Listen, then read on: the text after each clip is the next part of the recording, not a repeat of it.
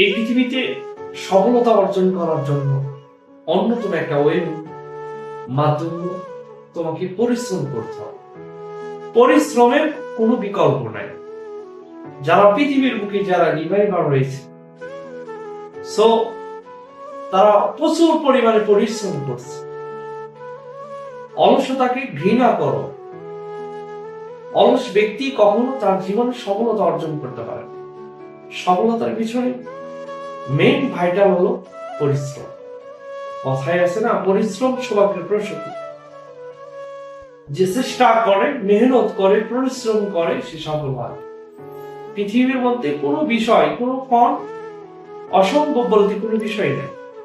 সবই সম্ভব পরিশ্রমের মাধ্যমে। তুমি যদি চেষ্টা না করো, তাহলে কখনো কোনো বিষয় তুমি অর্জন করতে পারো।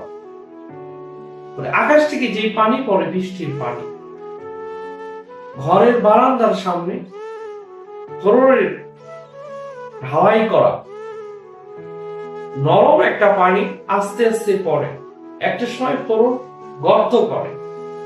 সেটি লাগাতার চেষ্টা করে, পরিশ্রম করে, মেহনতের কারণে, বারবার বারংবার করার কারণে সে তার সাকসেস হতে পারে, সেটা ছিদ্র করে। তুমি যদি হাত গুটিয়ে বসে থাকো, পরিশ্রম যদি না করো, সফলতা তোমার জীবনে আসবে না।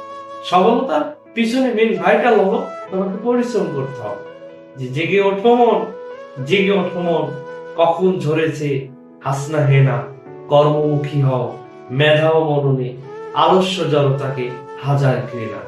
যারা অলসতা করে, যারা অলস, তারা কখনো জীবনে রিভাইভার হতে পারে।